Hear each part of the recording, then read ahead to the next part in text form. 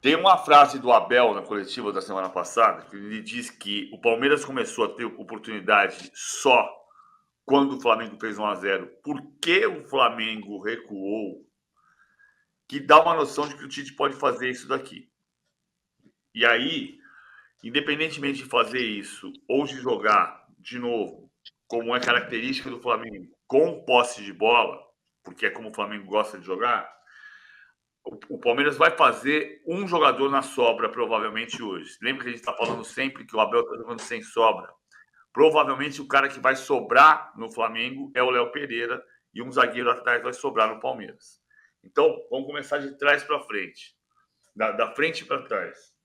Começa a marcação do Palmeiras com o Felipe Anderson, que marca a subida do Varela. E com isso, do outro lado, o Mike, e não o Richard Rios, como semana passada, marca a subida do Ayrton Lucas. O Rony vem pegar a subida do Fabrício Bruno. Ou do Léo Pereira e deixa o Fabrício Bruno sair, que tem o passe mais curto. E aí, o Veiga vem pegar a saída do Alan. Com isso, o Zé Rafael pega o Pulgar e o Aníbal Moreno fica responsável pelo De Arrascaeta. O Caio Paulista, eu acho que joga porque ele marcou bem o Gerson semana passada. O Gerson faz um movimento da ponta para dentro e o Caio Paulista acompanha. O corredor fica para o Varela e o Felipe Anderson vem marcar. E aqui o Marcos Rocha pega o Luiz Araújo, o Gustavo Gomes com o Pedro, o Murilo ou o Vitor Reis sobram. Então, normalmente, o Abel está fazendo isso muitos momentos do jogo sem sobra. Como assim? Você inverte aqui, o Aníbal vem no Pulgar, o Murilo vem no Gerson, Caio Paulista vem aqui no Varela. E aí vai sobrar ninguém no Flamengo. E aí os dois aqui, o Murilo sobe com o Gerson, mas não dá para fazer isso contra o Flamengo. Então vai sobrar um. Provavelmente vai sobrar o Murilo ou o Vitor Reis aqui atrás, com o Gomes marcando o Pedro e os dois se invertendo, dependendo do lado do Pedro.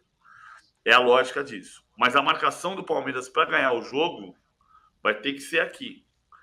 E o Flamengo, para mim, não pode atrasar a marcação, como o Abel caracterizou na coletiva que aconteceu. Quando o Abel diz, nós só criamos chance e tivemos mais posse de bola quando o Flamengo recuou.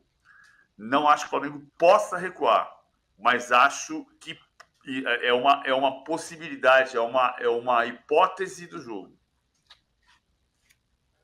Esse com certeza é o grande jogo, é a grande atração, é o grande cardápio da noite de hoje, Palmeiras e Flamengo pela Copa do Brasil. Mas como o PVC disse na abertura do programa, não é o único jogo, tem outro jogo muito importante que acontece no Couto Pereira, envolvendo o Corinthians e o Grêmio, a mesma fase, jogo de volta, oitavas de final da Copa do Brasil, o jogo de ida foi empate por 0-0, jogo é 9h30 da noite. Antes de falar de dentro de campo, Hernan, o Corinthians está recebendo reforço hoje, o Thales Magno está chegando hoje para realizar exames, cumprir aquele protocolo de assinaturas de contrato? Já chegou, Marinho. Tá me ouvindo bem aí? Vocês estão me ouvindo bem? Sim. O Thales Magno já chegou no Brasil para fazer exames médicos e assinar contrato. Né? O Corinthians vai pagar cerca de 5 milhões, 4 milhões e meio, 5 milhões pelo empréstimo, uma temporada, e aí depois aquela opção de compra salgadinha que eu falei para vocês no outro dia, 13 milhões de dólares. Né? O Thales Magno chega para ser um reforço para o ataque.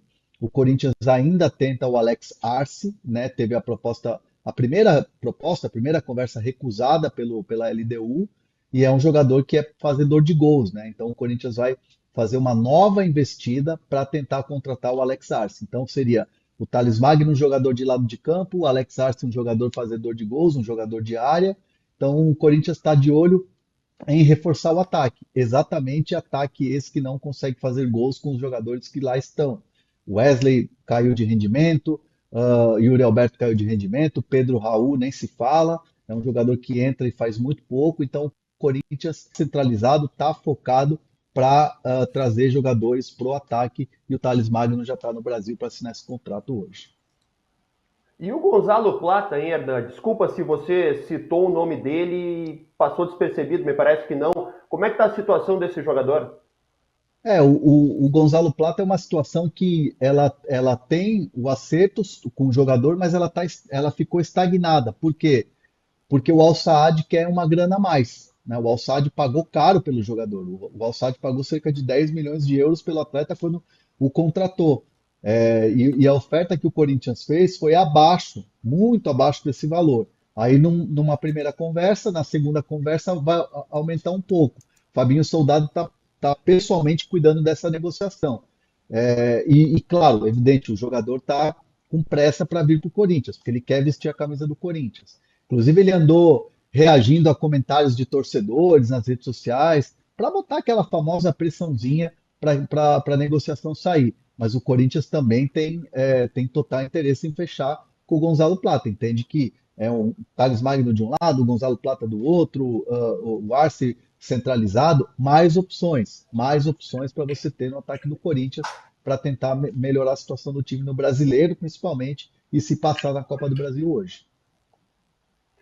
Deixa eu colocar na tela o Samir Carvalho, já chegou, nem precisei chamar, hein, Samir? Já veio para a tela direto, porque ele tem mais informações também sobre o Plata e sobre outra investida de mercado da bola do Corinthians. Bom dia, Samir, tudo bem? Bom dia, Marinho, Hernan, PVC, quem nos acompanha de primeira. Em relação ao Plata, né, como o Hernan disse, o jogador quer atuar no Corinthians, tem ajudado aí o Corinthians nas tratativas. E uma informação que eu acabei de divulgar na minha coluna é que o Corinthians não desistiu dos dois, né, do Plata e do Cuéllar, né, os dois que atuam aí no mundo árabe, e o Corinthians reformulou as propostas. O Corinthians não aumentou o valor das ofertas, mas o Corinthians mexeu no valor de entrada e também nas parcelas. O que o Corinthians tenta agora, Marinho? O Corinthians tenta, aumentando a proposta e diminuindo as parcelas, convencer os árabes a liberarem os jogadores. A estratégia foi feita nas duas propostas, tanto do Gonzalo Plata, o Corinthians ofereceu 8 milhões de dólares, né? O Hernan disse que havia uma distância e é realmente isso, né? Porque eles pagaram 12 milhões de dólares para contratar o Plata, queriam mais ou menos isso, não queriam perder, né, em relação ao investimento que fizeram. O Corinthians ofereceu 8.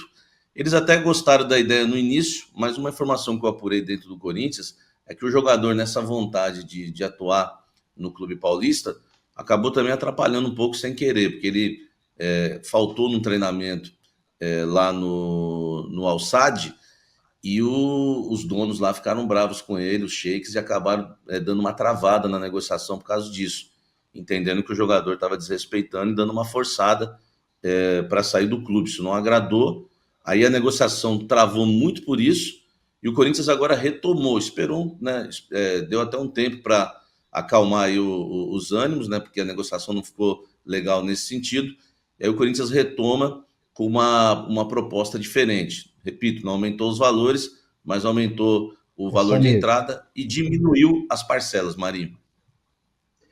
Samir, só um detalhe que eu vi que vai muito nesse caminho que o Samir está trazendo para a gente. O Corinthians, pelo Gonzalo Plata, começaria a pagar o grosso das parcelas em fevereiro de 25. Então, o Corinthians, quando reformula essa questão do parcelamento, aumenta, né, o pagamento logo de entrada, logo no começo, quando você fecha a negociação.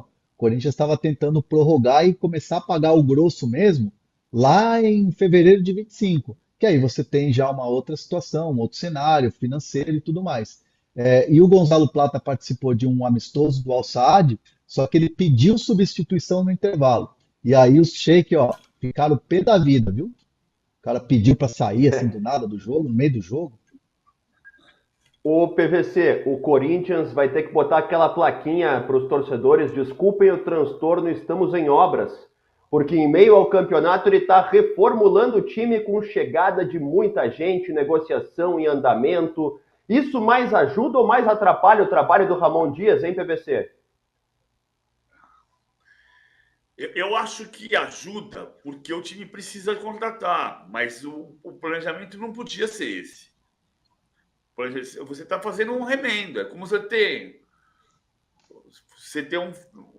sai andando aqui no meu corredor e faço um talho na perna na porta. Aí eu vou e ponho o curativo. É bom o curativo? Não. O curativo o curativo só está ali porque tem uma lesão. Porque tem uma. Fala, Samir. Não, é que eu ia falar, doutor, eu tô com uma tosse, eu queria uma receita. O doutor PVC ataca de novo, hein, Marinho? Não, deixa eu completar com uma experiência pessoal, né? Então, eu tenho asma, né? E a asma para curar não cura, né? Até se tiver algum médico nos assistindo, desculpe, mas é uma doença complicada, um quadro complicado. Eu uso bombinha quando eu tô com falta de ar, quando eu tô com crise. A bombinha vai me tirar a falta de ar imediatamente, mas não vai me resolver a longo prazo. É por aí, doutor PVC. Tô certo do meu raciocínio? É igual o meu raciocínio da Analgina, o antitérmico.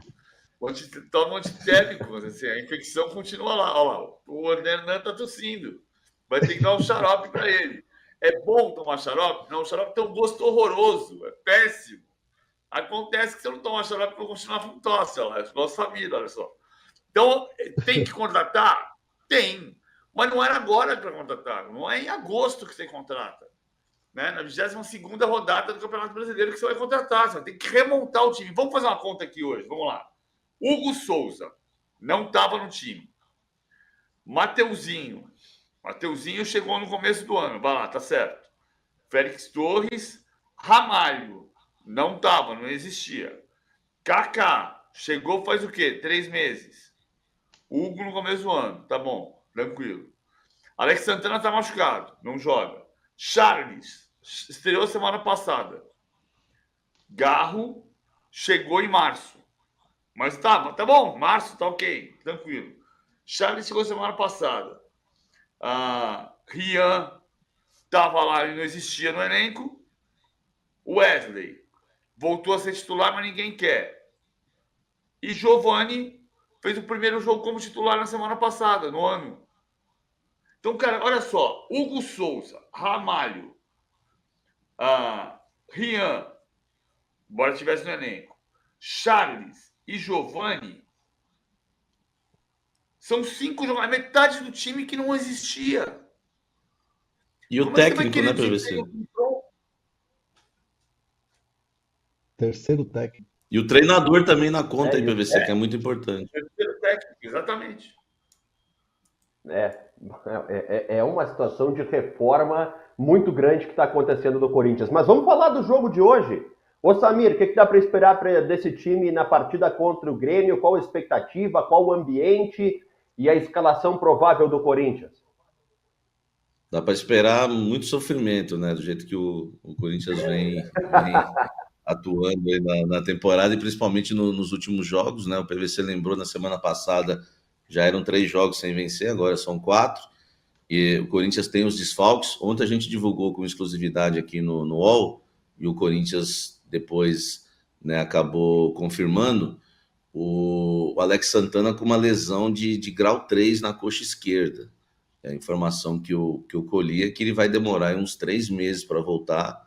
É uma lesão complicada, considerada grave, e é o jogador que tinha ajeitado ali, né, o meio-campo do Corinthians. Eu considero que uma das melhores que o Corinthians teve se deve à entrada do Alex Santana e à saída do Bidon, que, apesar de ser um jogador criativo, tem pouca potência ali no sentido de marcação. O Alex Santana estava muito bem, né, atuando pelo Corinthians, e agora o Corinthians, né, vai ter o desfalque do volante numa posição extremamente carente. Por exemplo, hoje, né, você perguntou do time, eu entrei na questão do Alex Santana, porque não vai ter o Alex Santana e não vai ter o Ranieri, que foi expulso no jogo de ida, desfalca o Corinthians, e agora o Corinthians deve entrar aí com uma dupla de volantes com o Rian e o Charles, que até o momento não fez nenhuma partida boa com a camisa do Corinthians, apesar de ter atuado pouco. A expectativa internamente, pelo que eu tenho sentido conversando com muitas fontes no Corinthians, pessoas da comissão, diretoria, enfim, todos os setores do clube, é que, é claro, existe a vontade de vencer, mas eu entendi que a preocupação maior é para sábado, viu, Marinho? O rebaixamento preocupa demais o Corinthians, até na questão do Alex Santana, na segunda-feira, conversando com pessoas lá do clube, me falava o seguinte, ele está fora para quarta-feira, mas nós estamos preocupados mesmo, para sábado, se ele vai ter condições de jogo ou não. Claro que agora já não vai ter mais. Então, assim, você perguntou do clima, né, dentro do clube, está respondido, o clima é esse. Claro que o Corinthians quer passar, ninguém quer ser eliminado, mas você sente assim que se for eliminado, não sofrendo um vexame, ok, vai focar no Campeonato Brasileiro, tem a Sul-Americana ainda, porque o Corinthians realmente precisa reforçar o elenco para disputar 3 competições como disputa no momento. Em relação à escalação, eu vou falar um pouco de apuração, um pouco também que eu creio. Eu acredito que o Ramon vai na linha de 5, né, a linha de 5 que ele abandonou aí no último jogo, até pela ausência dos volantes. Ele deve entrar com 3 zagueiros, não sei o PVC, o Hernan, aí vocês podem discutir o assunto, mas vamos chutar aqui um Hugo Souza, um Fagner na lateral ou um Mateuzinho, aí vem o tripé, né, de zagueiros, Félix Torres, André Ramalho e o Kaká, e aí se realmente for esse tripé, o André Ramalho volta a atuar como líbero ali, né, jogando como zagueiro do meio, e na lateral esquerda o Hugo, aí 2 volantes, o Charles e o Rian. Se formar uma linha de 4, né, um 5-4-1 sem a bola, aí os jogadores pelos lados, a gente, né, deve imaginar o Romero e o Giovani talvez marcando pelos lados e o Garro ali na frente. É claro que sem a bola, né, o Garro como meia atrás dos 2 atacantes, Romero e Giovani, ou Wesley aí, né, põe aí entre parênteses o Wesley na questão do Giovani. Romero para mim deve ser titular, Maninho.